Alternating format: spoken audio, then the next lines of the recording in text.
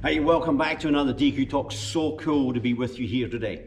I've got this little message for you, and before I get into the message, I just want to remind you that we need to remember that we are people who carry a message of hope. In a hurting world, we carry the message of hope, or the message of love, of joy, of peace, a message of salvation. We are carriers of the good news. That's what the gospel literally means, is good news. We carry that good news.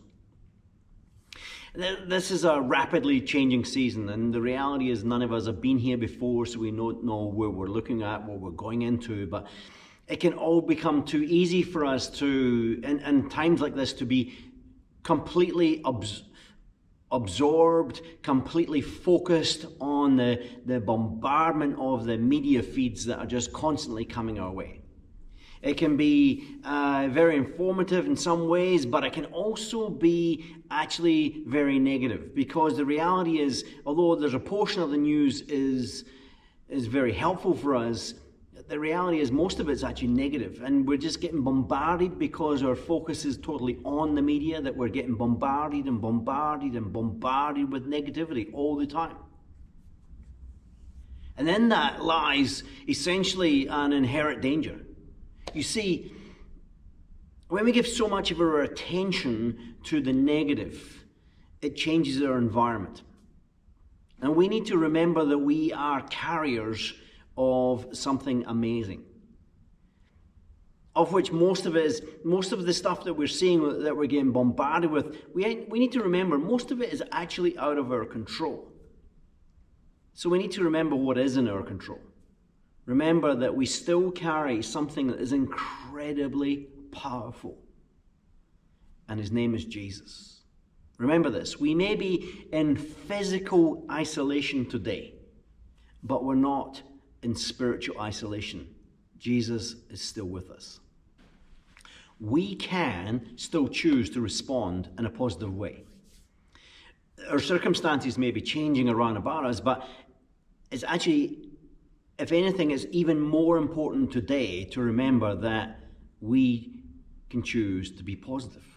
You see, in the midst of this COVID-19 thing, this epidemic, whatever it might be, the circumstances of shutdown that it brings, we can choose to treat others with love and kind and respect and be good people, and remember, we carry an awesome message. Can I encourage you today? Contact your neighbors, contact your friends, contact your family. Be sensible about it. Don't be silly. Be sensible and do it with care, and do it from a distance. You can do it from a distance quite easily. You can knock on a door and step back while we're still allowed to do that. But then you've got phone, and you've got FaceTime and Skype and Zoom and all these modern things that we have at our disposal to stay connected. Can I encourage you, stay connected? We need a sense of community. There's an awesome story in the Bible. I love this story. It's found in Matthew chapter 8, verse 23 to 27, I think it is. Let me see. Matthew chapter 8.